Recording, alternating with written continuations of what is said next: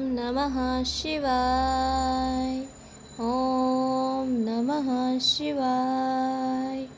ओम नमः शिवाय।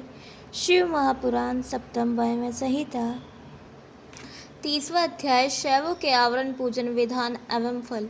उपमन्यु जी बोले, हे श्री कृष्ण जी, सर्वप्रथम सदाशिव के दक्षिण की ओर गणनायक, बाईं ओर कार्तिक के स्वामी का, चारों ओर ईशान से लेकर सगोजात तक क्रमशः इनका पूजन करें।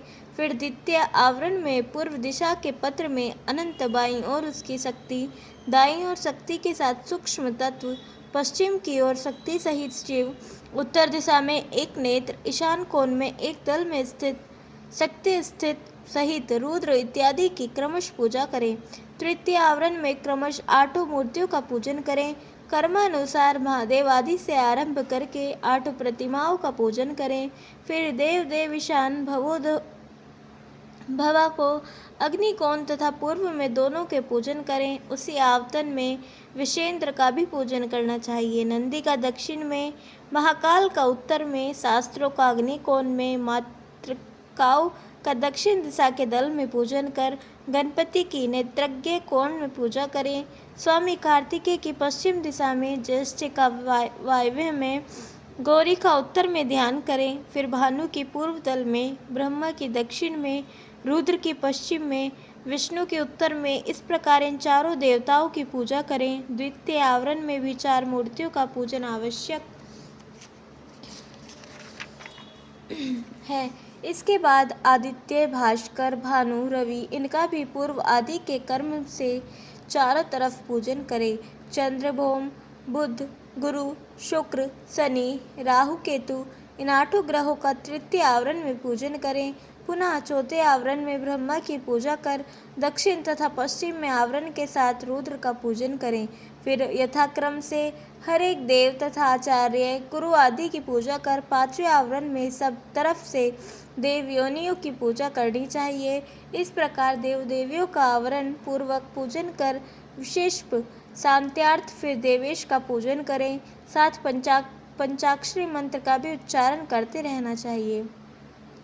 तत्पश्चात शंकर पार्वती के अर्थ अमृत के तुल्य अनेक शाक व्यंजन आदि के साथ शुद्ध चरु अर्पित करें। इस प्रकार पूजन करके स्तुति गायन करें। फिर 108 पंचाक्षरी विद्या का जप करें। क्रमशः गुरुदेव का पूजन कर श्रद्धा सहित सदस्यों का पूजन करें। फिर आवरणों के सहित देव विसर्जन करें। इसे योगेश्वर योग कहा जाता है। इसके समान और कोई योग नहीं है। चिंतामणि के सदृश यह योग मनचाही वस्तु देने वाला है। इस प्रकार से शिव महापुराण सप्तम वायव्य संहिता उत्तरार्ध का 30वां अध्याय समाप्त। बोलिए उमापति महादेव की जय। 31वां अध्याय पंचावरण पूजन एवं शिव महास्रोत कथन। उपमन्यु जी बोले, हे श्री कृष्ण जी, हम आपको अब वह पवित्र स्रोत्र सुनाते हैं जिससे पंचावरण वर्णन है। सुनो। हे जगत के नाथ, प्रकृति से सुंदर नित्य चेतन स्वरूप सदा आपकी जय जयकार हो।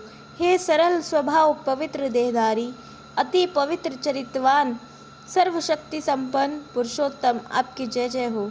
हे मंगल मूर्ति देवादिदेव, आपको प्रणाम है। हे प्रभु, यह संपूर्ण विश्व आपके वश में है। आप कृपा करके भक्तों की कामनाएं पूर्ण करें। हे जगत मातेश्वरी, आप हमारे मनोरथ पूर्ण करें। हे गणनायक तथा स्कंद भगवत, तुम दोनों शिव आज्ञा पालक हो, शिव ज्ञान रूप अमृत के पीने वाले हो, आप भक्तजनों की रक्षा कीजिए। हे श्री कृष्ण जी, यह आवरण स्रोत है। इसे नित्य कीर्तन अथवा श्रवण करने वाला मनुष्य सब पापों से छूटकर शिव सायुज्य को प्राप्त करता है। इस प्रकार से शिव महापुराण सप्तम वायव्य संहिता उत्तरार्ध का 31वां अध्याय समाप्त। बोलिए उमापति महादेव की जय।